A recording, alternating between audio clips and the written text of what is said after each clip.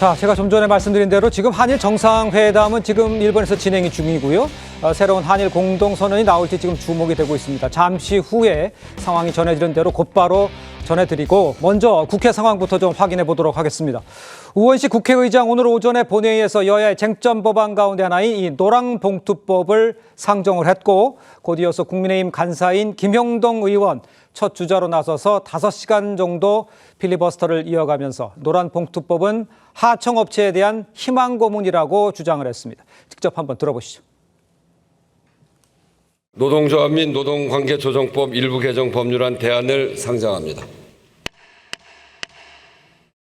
이 법률안은 사실상 민주당이 일방적으로 추진하고 있다는 점에서 보면은 이 또한 절차적으로 위헌이다라는 취지의 말씀을 먼저 드립니다. 번지수가 잘못됐다. 사용자를 무한히 넓혀 놓으면 좋을 것 같지만은 하청 조합원들 입장에서는 이제는 내 사용자를 찾기 위한 노력을 해야 됩니다. 원청의 노사가 이 하청의 교섭 요구에 대해서 아마 적절하게 방어할 가능성이 굉장히 높습니다. 희망 고문이죠. 자, 이제 법안이 상정이 되자 이 국민의힘이 곧바로 지금 무제한 토론이 필리버스터에 지금 돌입을 해서 법안 통과를 막고 있는 상황입니다. 자, 노란봉투법 많이 들어보셨죠? 핵심을 제가 화면을 보면서 먼저 설명해 올리도록 하겠습니다. 자, 직접 보시면 하청 노동자에 대한 원청의 책임을 강화를 하고 파업에 대한 기업의 손해배상 청구를 제한하는 내용이 핵심입니다. 그러니까 노란봉투법이라고 부르는 특별한 이유가 있는 건지 또 역사적으로 오래됐잖아요. 이현정 의원님 좀 설명을 먼저 해주세요. 우선 이 노란봉투법은 사실 그동안 우리 노사관계를 사실상 이제 완전히 어떤 면에서 보면 새로운 틀로 짜는 법이기 때문에 굉장히 중요한 법안입니다. 노동조합법 2조, 3조 관련된 이제 개정 조항인데요. 그동안 사실은 이제 우리나라 업종이 주로 조선, 자동차, 철강 등이 있지 않습니까? 우리나라 기업 구조가 보면 이 하청업체들이 꽤 많이 있습니다. 그렇습니다. 1차 밴드, 2차 밴드 뭐 등등 해서 이런 걸로 이제 산업 구조가 짜여져 있는데요. 문제는 이제 그동안 교섭 자체를 보면 이 본사와 어떤 직할되는 이제 직원들 이 정도만 이제 노사가 교섭을 했는데 문제는 하청업체들도 앞으로 이렇게 되면 이제 원청업체 즉 예를 들어서 HD 현대라고 그러면 HD 현대 하청업체가 HD 현대에게 교섭을 요구할 수 있는 권한이 생기는 거죠. 그러니까요. 그러면 지금 대략적으로 이 현대중공업 같은 경우 HD 현대 같은 경우는 하청업체가 한 2, 3천 개 정도 될 겁니다. 그러면 이들 업체들과 HD 현대가 전부 다 교섭을 맺어야 되는 거죠. 현대자동차는 뭐 더 많습니다. 그러네요. 자, 이렇게 되면 1년 내내 사실은 교섭을 하다가 볼일을 다 볼 수가 있습니다. 그리고 아마 기억나시겠지만 하나오션 같은 경우에 예전에 이제 하청업체가 이 도크에다가 이제 시설물 설치해 놓고 거기서 농성을 벌였어요. 자, 그러다가 이게 기업이 한 달 정도 이제 운영을 못한 경우가 있습니다. 계속적으로 원청업체가 교섭에 응하라는 요구였거든요. 그렇죠. 근데 그러다가 나중에 이제 대규모 이 손해배상 청구 소송까지 갔었는데 자, 이렇게 될 경우에 앞으로 예를 들어서 그럼 한 하청업체가 저런 방식으로 이제 노사 분규를 일으켜서 들어와서 파업을 한다고 그러면 그래서 공장이 중단된다고 그러면 이거는 그 원청업체가 이제 교섭을 해야 되는 상황입니다. 자, 그러면 이렇게 되면 앞으로 원청업체가 과연 국내에서 기업을 할 수 있을까요? 그러니까 상시적인 어떤 이 파업과 교섭 이거의 어떤 부담 때문에 굉장히 기업 경영에 결정적 한계가 있을 수가 있고 또 파업의 요건 중에서도 M&A라든지 즉 경영상의 이유가 있지 않습니까? 그렇겠죠. 지금 우리나라 조선업체들이 미국에 예를 들어 투자를 하고 이 조선소들을 이제 M&A를 합니다. 이것도 지금 파업을 할 수가 있어요. 자, 이렇게 되면 지금 한미 간의 관세 문제가 지금 심각한데 우리나라 기업들이 해외에 이제 공장을 설립하고 저 인수를 할 경우에 그걸 파업을 할 경우에 만약에 못하게 되면 이게 국제적인 문제로 비화될 수 있지 않겠습니까? 알겠습니다. 그러니까 이런 것들을 지금 민주당이 입법으로 통과시키자 하는 것입니다. 알겠습니다. 지금 내용을 쭉 설명해 주셨는데 일단 김형동 의원은 하청업체에 대한 희망 고문이다. 이 절차적으로 위헌이다. 이런 주장도 했습니다. 여기에 대해서 민주당은요. 문제가 생기면 나중에 다시 고치면 된다. 이런 입장이에요. 먼저 조기현 변호사께서는 민주당의 입장 또 어떻게 생각하시는지 그걸 좀 설명해 주세요. 그러니까 헌법 33조에는 이 근로자의 노동 3권이 선언되어 있습니다. 단결권, 단체 교섭권, 단체 행동권이죠. 근데 그 33조 이 3개 권리 앞에 어떻게 되어 있냐면 이 근로자는 근로조건 향상을 위해서 이 세 개의 권리가 있다고 헌법적 선언을 한 겁니다. 그런데 실제 지금 노동 현장에서는 말씀드린 바와 같이 하청 기업 근로자들이 실질적으로 노동 조건을 결정하는 것이 원청 기업임에도 불구하고 단체 교섭권을 누릴 수가 없는 상태입니다. 그러니까 스스로 근로 조건을 결정할 수 없는 네. 이런 상황이 계속되고 있었죠. 그러니까 이것은 노동조합법 유지되는 상황에서 산업 현장의 구조적 변화가 있었음에도 불구하고 네. 법이 따라가지 못한 부분이 있는 겁니다. 그래서 근본적으로는 이 헌법상 노동 3권을 보장하기 위한 법 개정이고 오랫동안 논의해 왔다 그런 예. 부분이고요. 그리고 이제 가장 중요한 이 사용자의 정의 부분과 관련해서 이 부분 때문에 모든 하청 기업과의 교섭 의무가 발생하고 산업 현장의 부담이 커질 것이다 이렇게 비판을 하는데 네. 실제 이 부분에 대해서는 법무는 실질적 구체적으로 근로조건을 결정하는 자로 사용자를 규정하고 있고 이 기준은 법원에 의해서 어느 정도 확립이 돼 있습니다. 예. 하청 노동자가 이 노무를 수행하는 것이 원청 사업의 필수적인 경우 그리고 원청과 노동 조건을 단체 교섭을 통해서 정해야 될 실질적 필요성이 있는 경우 그리고 예. 하청이 원청에 어떻게 소속돼 있고 필수적인 노무를 제공하고 있는지 이런 기준들이 있기 때문에 예. 하청 기업이 무조건 원청 기업을 상대로 모두 단체 교섭을 요구하고 그 교섭에 응하지 않을 경우에 처벌 받게 된다라는 것은 과장된 위험이다. 알겠습니다. 이런 말씀 드립니다. 과장된 위험이라고 지금 조기현 변호사께서 얘기를 해주셨는데 제가 한 녹취를 하나 듣고 기회 드릴게요. 일단 국민의힘 주진우 의원은요. 이 노란봉투법으로 이재명 정부의 지지율이 더 하락할 것이라는 전망을 내놓았습니다. 그 이유는 뭔지 한번 직접 들어보시죠. 민노총만 배불리는 정책입니다. 조선업체 같은 경우에는 한 하청업체가 1000개가 넘어요. 1년 내내 협상하고 파업하다가 볼일 다 보는 겁니다. 그러니까 요새 조선주가 굉장히 화랑이어야 되는데 꺾였어요, 주가가. 이런 반시장적인 정책이 계속되는 이상 주가가 오를 수가 없고 또 이재명 정부의 지지율은 저는 더 떨어질 거라고 보거든요. 알겠습니다. 우려라고 말씀해 주셨는데 지금 현재 좀 증시에서도 그런 게 네. 반영이 됐다는 얘기를 하고 있어요. 자, 어떻게 보세요? 그렇죠. 지금 또 그 대통령이 지금 일본에 있습니다만 내일은 미국으로 넘어가고 관세 협정을 마무리를 해야 되는 상황인데 네. 이 관세 협정 가운데에서 굉장히 중요한 것들이 조선업 그리고 자동차 이런 것들이거든요. 그런데 조선업이나 자동차 같은 경우에는 노조가 굉장히 강성이라는 것 우리 국민들께서 다 알고 계시는 부분들이 있고 그런 부분들이 있기 때문에 기업들 입장에서는 1년 정도는 유예를 해줘야 되는 것이 아니냐라고 주장을 하고 있습니다. 네. 지금 시점에서 검토를 할 만한 부분이라고 생각하지만 당정은 지금 여기에 대해서 강행하겠다라는 모습들을 보이고 있습니다.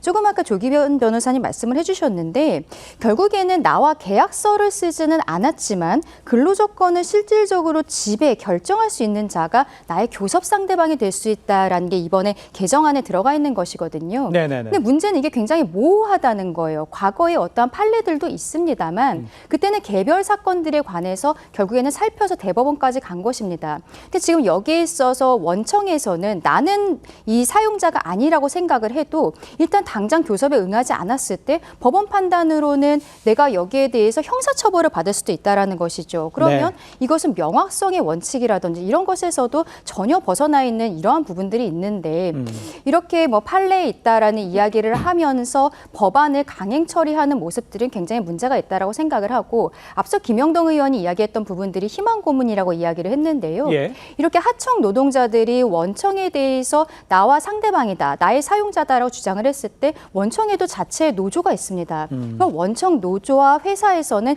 여기에 대해서 제대로 대응을 할 것인가? 지금의 원청과 하청 노조 간의 관계를 보았을 때는 그 부분도 쉽지 않기 때문에 희망 고문이라고 말씀을 드리는 거거든요. 예. 일단은 유예를 하면서 상황을 조금 더 살펴보는 것이 책임감 있게 정책을 추진하는 모습이 아닌가라고 생각합니다. 알겠습니다. 일단 저희가 직접 녹취를 들려드렸습니다만 주진우 의원은 노란봉투법이 결국 기업의 주가를 떨어뜨릴 것이다 이렇게 얘기를 한 상황인데 노동운동가 출신 김문수 후보죠. 이 노동조합 편에 서서 밀어붙이는 것은 독재라고 직격을 했습니다. 반면에 민주당에서는 최소한의 노동 3권은 보장하기 위한 법이라고 이 필요성을 강조를 했는데 우리 서재헌 부대변인은 어떻게 보세요? 그러니까 이제 우려할 수도 있죠. 네. 그리고 과장해서 공격할 수도 있죠. 그러나 팩트는 정확해야 되는 거 아닙니까? 그러니까 주진우 의원 같은 경우는 명확하게 가짜 뉴스를 전파하면서 국민을 우롱하고 있다고. 그렇게 보세요? 그렇죠. 네. 왜냐하면 저도 주식 증권 10년 했고 저도 지금 주식을 하고 있지만 네. 대한민국 국내 주식에서 조선업 탑10 ETF 같은 경우는 작년 10월인가요? 그때 9,000원 하다가 지금 24,000원. 사상 최고가를 계속 달리고 있거든요. 예. 마스가도 있지만 기업의 여러 가지 조선업 화랑이 있기 때문에 주식 올라간단 말입니다. 그런데 노랑봉투법 때문에 주가가 조정받았다는 현실적이 아니다. 하나 말씀드리는 거 하고 네. 김영동 의원께서 말씀하신 희망 고문 저는 한 반 정도는 동의합니다. 이것이 하청업체 노동자들이 동일 임금, 동일 노동 조건이 바로 해결되진 않아요. 그리고 1년 내도록 갑을 관계에 있어서 하청업체입니다. 그러면 갑을 관계에 있어서 원청업체에게 계속적으로 실시간 노동쟁의를 일으킬 이유가 없고 그럴 환경도 안 된다. 그래서 지금 동안 사실은 이 노랑봉투법이 뭐 2013년도라고 하셨지만 최초 발의했던 거는 2003년도거든요. 예. 두산중공업의 한 노동자께서 이제 분신 자살하면서 노조법 개정해야 된다. 그렇기 때문에 20년이 지난 겁니다. 그러면 하청업체에서는 그동안 고문만 한 거예요. 그러면 최소한 지금이라도 희망은 해야 된다. 그래서 이 노랑봉투법이 나온다고 해서 기업의 경영상이 굉장히 어렵거나 또 국내 기업이 해외로 가는 일은 절대 없고 또 만약 있다면 6개월, 1년 동안 그 사항을 보면 여러 가지 뭐 노동쟁의에서 횟수라는 게 실시간 파악되지 않습니까? 그럼 보완하면 됩니다. 예전에 우리가 복수노조 나왔을 때도 굉장히 단일화 창구가 이제 없기 때문에 혼란이 있었다 하지만 스스로 자율적으로 조정이 되었기 때문에 그에 대해서는 우려할 필요는 없다는 말씀 강조드리겠습니다. 알겠습니다. 최소한의 노동 3권을 보장해야 되는 건지 기업이 제대로 일을 못하는 상황인지 여기서 지금 부딪히는 점이 있는데 이현정 의원님 어떻게 그럼 답변하시겠어요? 주한미 상공회의소와 주한 EU 상공회의소가 지금 거짓말을 하고 있다는 건가요?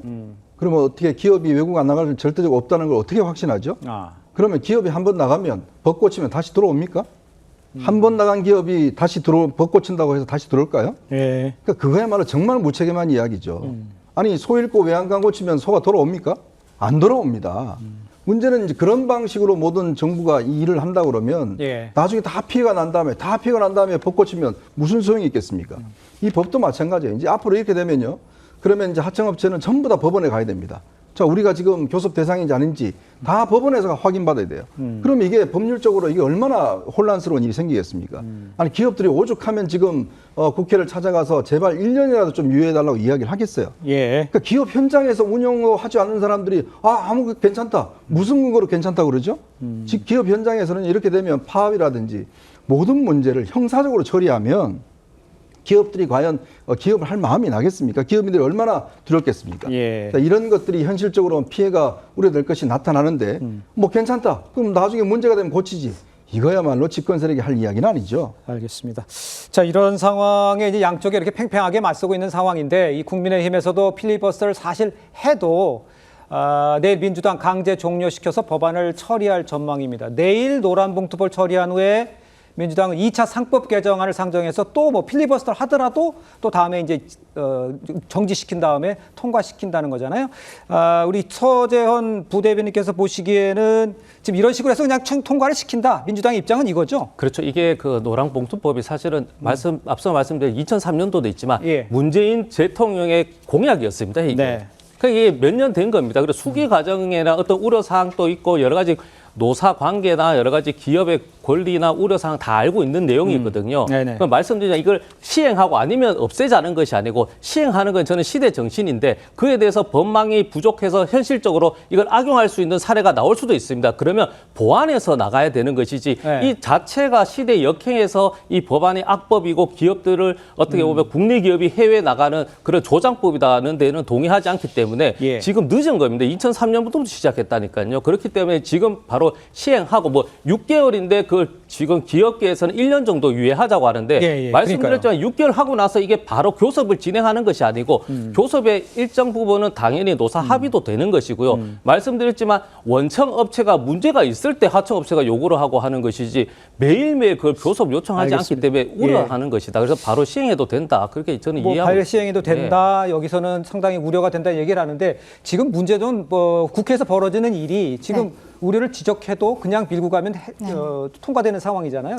국민의힘에서는 이런 문제에 대해서는 뭐 어떻게 대처를 하실 계획이세요? 저희가 법상으로 대처할 수 있는 방법은 현실적으로 없습니다. 그러니까요. 그렇기 때문에 저희가 마지막 방식으로서 필리버스터로 국민들께 말씀을 드리고 예. 또 언론을 통해서도 여러 가지로 말씀을 드리고 있는 것인데요. 네. 지금 민주당과 이재명 정부가 보여주고 있는 독선적인 모습들은 저는 이 법의 취지에 대해서 많은 국민들께서 동의는 하고 계시지만 어쨌든 노사 간의 협상이라는 것은 적법 절차라는 것도 있고 서로 간의 합의라는 것이 있는데 이것을 법으로만 처리를 하고 그리고 굉장히 모호한 조건, 실질적으로 지배 결정할 수 있는 자라는 이런 규정을 넣는 것은 예. 지금 정부에서 어떤 지침이 나온 것도 아니에요. 어떤 것이 실질적인 것인지 이런 것들을 얘기하지도 않으면서 법안만 처리를 강행하고 있는 모습들은 국민들께서 보시기에는 굉장히 우려스럽다라고 다시 한번 말씀드리고 싶습니다. 알겠습니다.